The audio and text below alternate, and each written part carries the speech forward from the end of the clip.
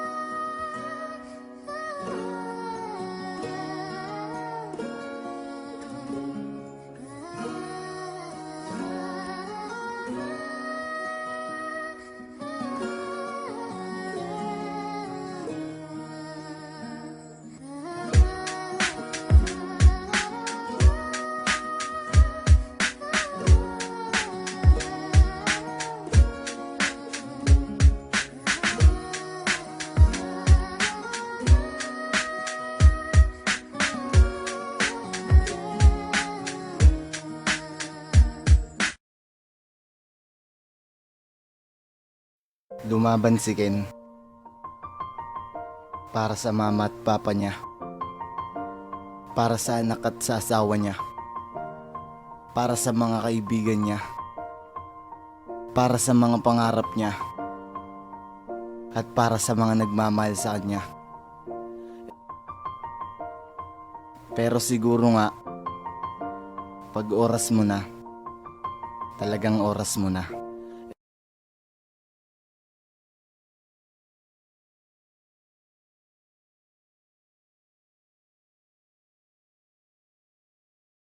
It's been a long day without you, my friend, and I'll tell you all about it when I see you again.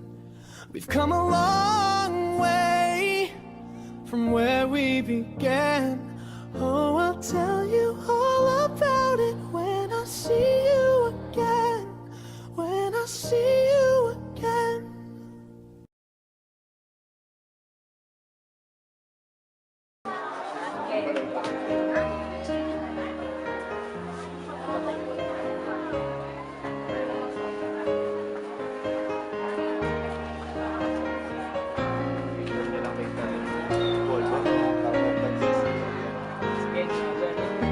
Kenta.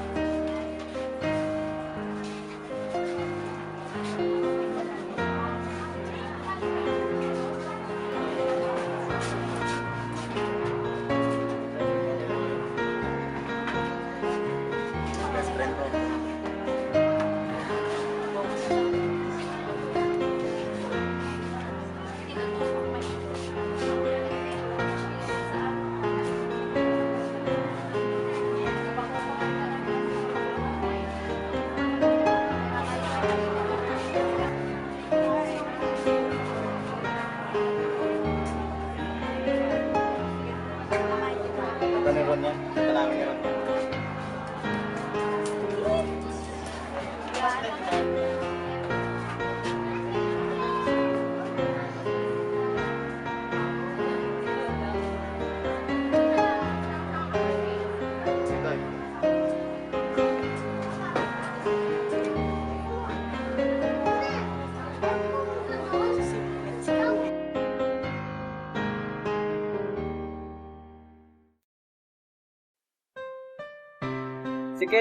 Si Ken yung tao na maasahan mo sa tuwing may problema ka. Andyan siya para umagapay, sasamahan ka sa kahit anong trip.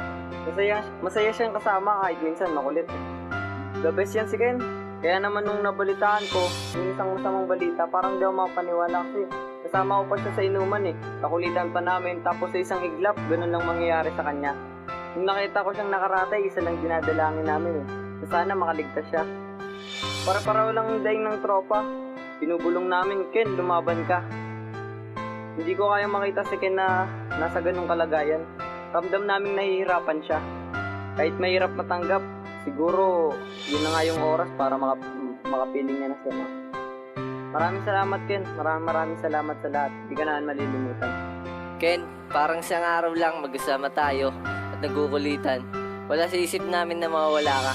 Yung pagsabi sa akin na wala ka na, di ko alam kung anong gagawin ko. Tol, bakit kasi sa'yo pa ang nangyari lahat ng to? Kasi napabait mo, napasayain mo, at sabi mo walang iwanan, di ba? Yung atid ka na namin sa uling antungan mo, napasakit isipin na wala ka na, tol. Di kami sanay sa tambayan na wala ka.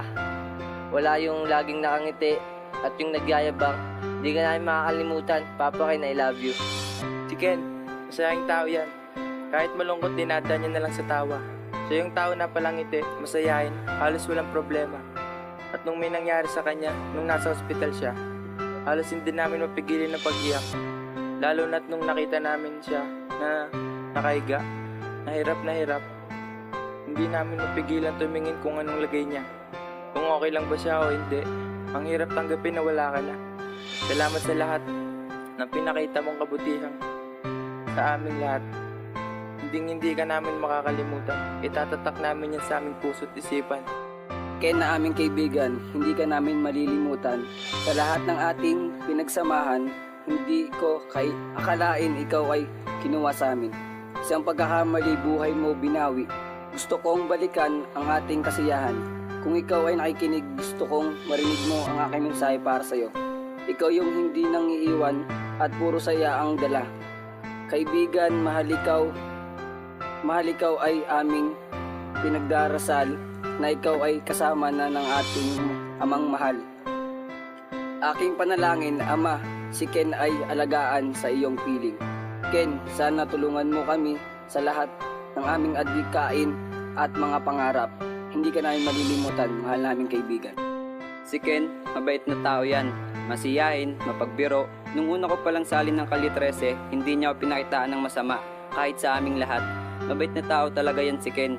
Kahit sa maikling panahon na nagkakilala kami, ay sobrang bait niya talaga. Yung kumbaga tuwing makikita kami, lagi niya akong nginingitian, binabati na, "Uy pare." Kaya mahal na mahal namin yan si Ken eh. Kaya nung nalaman namin na gano'n ang nangyari sa kanya, hindi talaga namin kinaya. Kaya bigla na lang ako napatanong, bakit si Ken pa, yung taong masiyahin, lagi nakangiti, yung sobrang bait sa amin, talagang hindi namin kinaya. Hindi ka namin makakalimutan, Ken. Yung kabaitan mo, yung ngiti mo, halos nasa kanya na yata. Kaya hindi ka namin makakalimutan, Ken. Mahal na mahal ka namin, kaibigan, kapatid at kuya Ken. Kung nasan ka man ngayon, mahal na mahal ka namin. Hindi ako mapaniwala. Hindi ko inaasahan to. Hindi ko akalain to. Parang hindi ko kayang matanggap lahat ng nangyari. Ayokong maniwala. Iniisip ko panaginip lang to. Hindi to totoo. Kilala ko si Ken, hindi niya kami iiwanan. Gigising pa siya. Tatambay pa kami. Gagala pa kami. Kukulitin pa kami ni Ken. Makikipag-asaran pa siya sa amin. Magkikwentuhan pa kami. Magiinom pa kami. Makikita ko pa yung mga ngiti niya at halakhak niya. Papayuhan niya pa ako. Aayusin pa niya yung mga problema niya. May mga papatunayan pa siya kay Claudine at sa anak niya. At lalong-lalo na sa mama at papa niya. Madami pa siyang pangarap. Madami pa siyang gustong gawin. Hindi pa siya pwedeng mawala. madaming nagmamahal sa kanya. Mahal na mahal siya ng lahat. Si Ken, makulit at masiyahing tao yan. Halos parang wala ng problemang dinadala yan. Napakamabiruing tao. Halos lahat nga ng napagsamahan namin panalo. Walang tampuhan, walang away, lahat ayos. Pero nawala sa aksidenteng sinasabi nila. At pagdating namin sa ospital, sinabi sa amin na wala na si Ken. Grabe yung naramdaman ko nun. Sabog yung luha ko. Napaupo na lang ako sa kalsada nun. Halos di ko na alam gagawin ko namin. Pero inisip ko, hindi totoo. Pagpasok namin sa loob, ilalabas na si Ken sa ICU. Nakataklob na siya ng umot. At iyak na ako ng iyak nun. Pero iniisip ko, hindi totoo. Parang isang bangungot na panaginip. At nung nakaburol siya, grabe, gigil at sobrang kalungkutan yung nararamdaman ko. Naisip ko hindi pa siya patay. Iniisip ko nasa tabi lang namin siya. Kasama ko pa, pero nung araw na inilibing na siya, sobrang kalungkutan talaga yung naramdaman ko nun. Agulgul yung iyak ko hanggang sa huling hantungan niya. At nung kinagabihan, bumatal kami para sa kanya. Doon ko na-realize, mahalaga pala talaga ang buhay.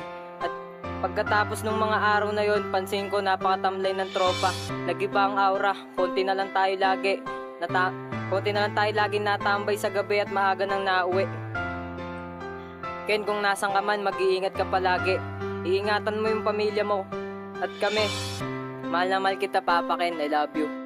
Yan, si Ken. Parang walang problema yan. Napakamasayahing tao. Naalala ko nung pumapasok kami niya, wala kaming perang papasok. Hati pa kami sa pambili ng Presto tsaka Gatsby. Palitan kami ng sapatos, palitan ng uniform. Alam namin sa isa't isa mga baon namin yan. Lagi ko siyang katuwang, laging kasama, laging nakasuporta.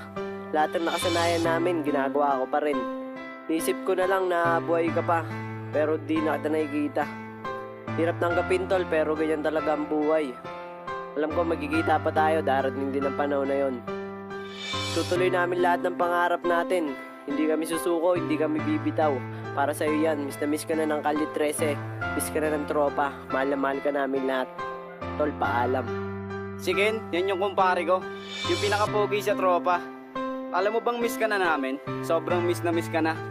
Ikaw yung aking sandigan tuwing ako'y may problema. Kontra sa aking mga maling desisyon na minsan ginagawa mong tama.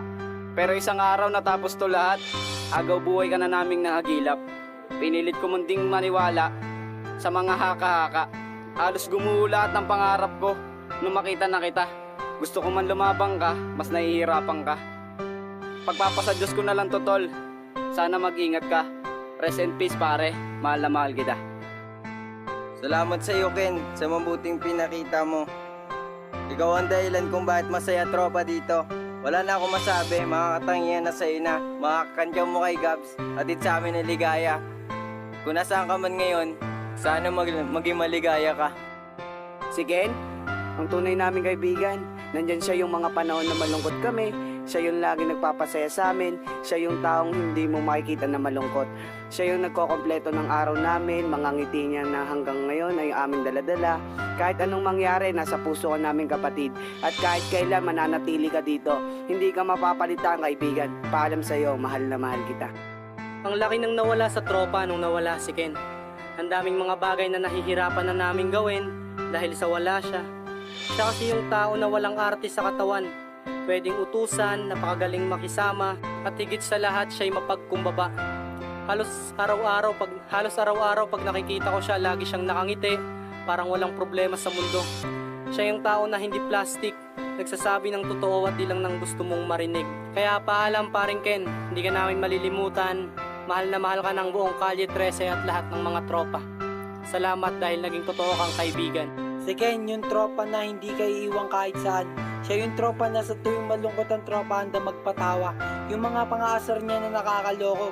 Pre, sobrang nakakamiss ka na. Ayaw mo nang may nasasaktan sa tropa. Sana lahat ng to panaginip na lang. Mahal na mahal ka namin pre, ingat ka dyan ha. Miss na miss ka na namin. Ayaw mo nang nag-aaway sa tropa kahit kailan. Wala kang pinakita ng di maganda.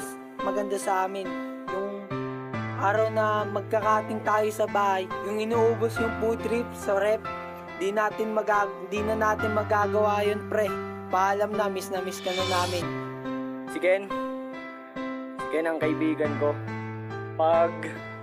Kapag gising ako ng umaga, hamunin ako niyan. Sabihin niyan, "Wi, tara, basketball tayo." Pero di mo na ako nananalo lagi. Ewan ko nga ba't ganun eh. Saka si Ken pag nandyan, kung ano meron siya, meron din ng tropa. Kahit mapapagkain, kahit ano man, sa inuman, di mawawala yan. Ang sarap kasama niyan, pag tumawa yan, mapatawa ka rin sa tawa niya eh. Sobrang bait niyan eh. Pag ngumiti yan,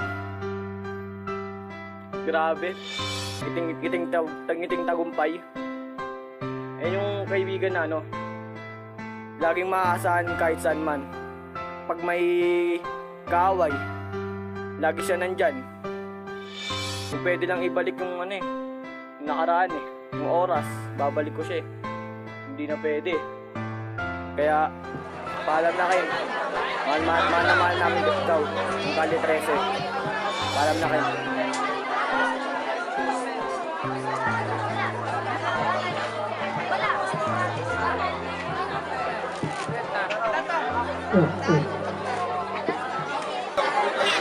Alala ko, una nating pagkikita, nagkulitan agad. Nung tayo'y magka-eskwela, magkasama lagi sa iba't ibang trip. Parehas ang suot, yan ang lagi nating trip. Sayang-saya ako kasi imahe mo ay kwela. Laging nagbibiro, laging nagpapatawa sa akin. Halos araw-araw makulitan hanggang sa ikaw ang naging tunay na kaibigan. Isang gabi, may tumawag, ikaw ang sinunod sa ospital. Punta ko nangangaroon ko, nagpapalita na pala sa ulo. Mama, pagkakita ko sa'yo, hindi makapaniwala sa nangyari. Parang hindi ang sinira ng nakakabila na yung bitang kaibigan. San ka man naroroon, makikita din kita muli sa taktang panahon.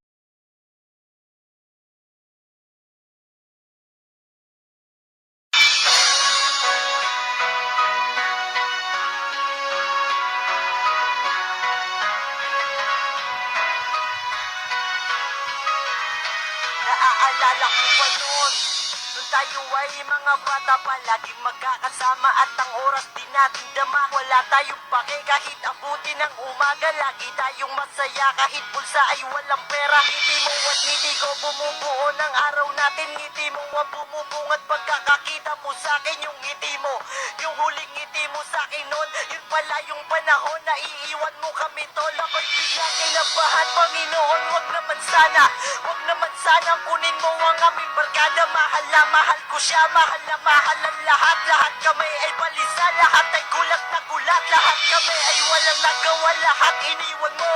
Kan bakit ikaw, bakit sa'yo nangyari to? Hindi ko matanggap, ako'y lubos na nasaktan. Ikaw ang kuya ko, kumpare, tropa at kaibigan. Kaya ngayon halos di talaga ako makapaniwala. Hindi ko inaasahan, hindi ko inaakala, di ko pa rin matanggap. At hindi ko kayang isipin na ganito ang lagay ngayon ng kaibigan namin si Ken. Na parang kailan lang ay nandyan pa, nakangiti. Kasama ko pa, kausap ko pa, kakwentuhan ko pa, kainuman ko pa, patawa-tawa, nangaasar, nangungulit pa. Naaalala ko pa, nung ako'y dinalam mo dito sa tambayan, na itinuring natin paraiso, kung saan tayo'y masaya, kung saan tayo nabuo, kung saan umikot ang aking mundo at naging mundo ko. At ngayong aalis ka na, ngayong wala ka na, hindi ko alam kung paano na. Salamat kapatid, kaibigan kong tapat. Paalam, mahal na mahal ka naming lahat. Hindi pa man lubos tayo na magkakilala, pero batid kong lubos ang saya pag ika'y kasama. Walang gabing nagtapos, natawa ang iyong pinakita, ngunit biglang tinubos ng Diyos, buhay mo ay kinuha. Kung pwedeng ibigay ilang taon sa aking araw upang duktong sa buhay mo ng akin muling madungaw. Ang iyong mga ngiti na sa problema'y tumutunaw sa bawat isa sa amin. Ikaw ang siyang nagpalinaw. Di kailangan ng pera upang magkaroon ng kaibigan. Di kailangang manghina sa problemang nararanasan. Di kailangang manira upang umangat sa usapan. At akbay-akbay tayo, di bang lalakbay sa larangan? Ngunit lahat ng to at kailangan pang pagdaanan. Di maiwasang lumuha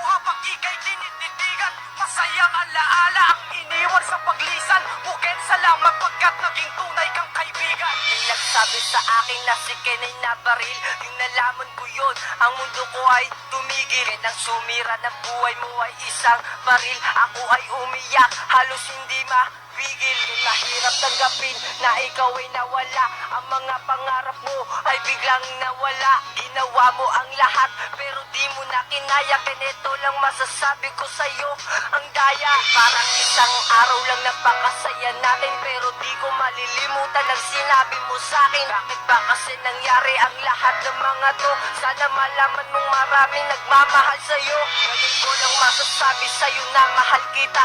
Ba't ngayon ko lang nasabi kung kailan wala ka na? Ken, bumangon ka na dyan, miss ka na ng tropa. Paalam, mahal kong kaibigan, sana masaya ka na. Lang di mapapantayan ang bawat ngiti ng bawat isa't isa. Sobrang saya ng bawat sandali nang makasama ka. Walang bakas ng problema, pero lahat ng yan magtatapos sa di inaakalang pangyayari na hindi ko kayang matanggap. Paano na ang lahat? Paano ang iyong mga pangarap? Pabulong akong nagdarasal, tinatawag ko si Ama. Iligtas niyo ang kaibigan ko, dalangin dinggin sana. Mga tanong sa isip ko, tanong na magulo. Bakit kay Ken pa? Bakit kailangan na mangyari to? Ang lungkot sa may mukha, bakas ng pagluluksa, dahil di na maibabalik ang buhay na nawala. Siguro nga iniligtas si Ken sa ibang paraan. Dinala siya sa lugar kung saan doon ang tamang tahanan. Sa lugar na di masasaktan at di mahihirapan. Alaala mong iniwan, di namin kakaliparan. Kung panaginip pumapawi sa aking isip ang mga katanungan kung bakit mo kami iniwan. Mga katanungan na kahirap sagutin, mga katanungan na kahirap tanggapin. At aminin na wala ka na ay isang malaking kalokohan. Hustisya ang kailangan para sa aming kaibigan. At di ko malilimutan ang mga pinagsamahan. Lagi kang maaasahan kahit saan manalarangan. Kulitan at tawanan, meron din palang hangganan. Matumanto pa sa ganito, bakit yung tunay ko pang kaibigan? Parang kapatid, naturingan. Di ba sabi mo sa amin walang iwanan? Bakit ka nandyan? Kung pwede balikan mga masasayang sandali kung saan nagbibiruhan, nagsasabihan ng sekreto at hindi naglihiman. Kahit gano'n pa man, lagi tatandaan, nandito lang kami ang tuloy mong kaibigan. Kaibigan kababata, kahit ano pa dyan ang tawagan natin. Ang lahat ng ito ibubulong ko na lang pa sa hangin. Sa pagbuklat ng libro ng ating mga kwento, lahat ng emosyon natin nakapaloob dito. Pero bakit parang sinunog at pinilas nang dinuldukan mo lahat ng ating nakalipas? Aksidenteng nangyari ay di ako naniniwala. Lumaban ka, pre, ako sa'yo'y nagtitiwala. Sa panahong yun, Diyos lang ang pwede kong malapitan. Pakiusap, wag niyo pong kunin ang aming kaibigan. Di pa po kami handa, masyado pa siyang bata. At isa pa may anak pa siyang di nakikita. At ika'y naging mabuti sa aking tagapayo, tagahatid, tagasundo kahit gano'ng kalayo. Na laging nakikinig sa aking mga problema. At kahit walang pera, lagi tayong nakatawa. Lahat ng yay natuldukan noong Mayo at 30. Huwag kang mag-alala, pre, muli tayong magkikita. Alala ko, una nating pagkikita, nagkulitan agad nung tayo'y magkaisa.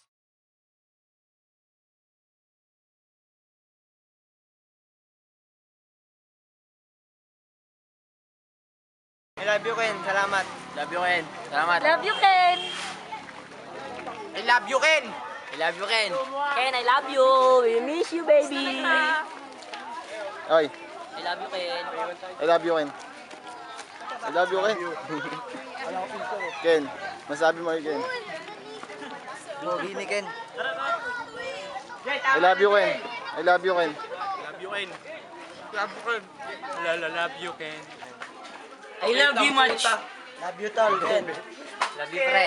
I love you. Love you more, bro. Love you, Ken. Love you, Ken. Nailing pa, bebe. What's up, dude? Love you, Ken. Pakis. Pre, Love you. Pakis daw, mo. pre, No! pre. Love you, Ken. Mga loyal nga naman, nasasaktan lalo. Kayo dyan. Mga royal. Kayo dyan. I love you, Ken. Love you, Ken. Na. Tangan to. Love you, Ken. Abi, kininis. Sinabong ko naman. Pre.